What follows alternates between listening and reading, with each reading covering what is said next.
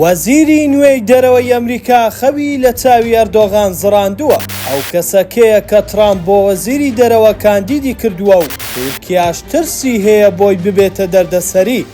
دوای ئەوەی دۆناڵد ترامپ لە هەژماری فەرمی خۆی لە تۆڕی کۆمەڵایەتی ڕایگەیاند مارکۆ ڕۆبیۆ دەکاتە وەزیری دەرەوە، ڕۆژنامەی سۆژۆی تورکیا ئاماژەی بەوە داوە دەستنیشانکردنی ناوبراو دەبێتە هۆی دەردەسەری بۆ تورکیا.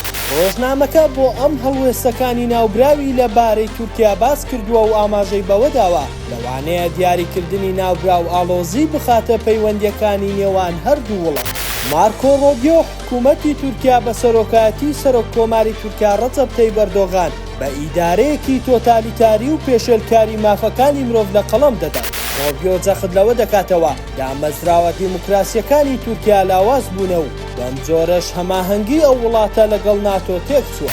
هەروەها ڕۆبیۆ ڕەخنە لە ئۆپراسیۆنە سەربازیەکانی تورکیا لە دژی هێزەکانی سووریای دیموکرات کرد لە ڕۆژئاوای کوردستان و جەختی لەوە کردەوە کە ئەمە بە زیانی بەرەنگاربوونەوەی تیرۆر و سەقامگیری ناوچەکە دەشکێتەوە. ڕۆبیۆ پێشتر لەگەڵ چەند سیناتۆرێکی دیکەی ئەمریکا ڕەخنەی لە بڕیارەکەی ترامپ کرد بۆ کشانەوەی هێزەکانی ئەمریکا لە ژمارەیەک ناوچەی ڕۆژاوای کوردستان بۆ هۆی پێداگیری تورکیا لە ئەنجامدانی ئۆپراسیۆن و لە ئەنجامی ئۆپراسیۆنەکەشدا گرێسپی و سەرێکانی کەوتنە دەست سەربازانی تورکیا.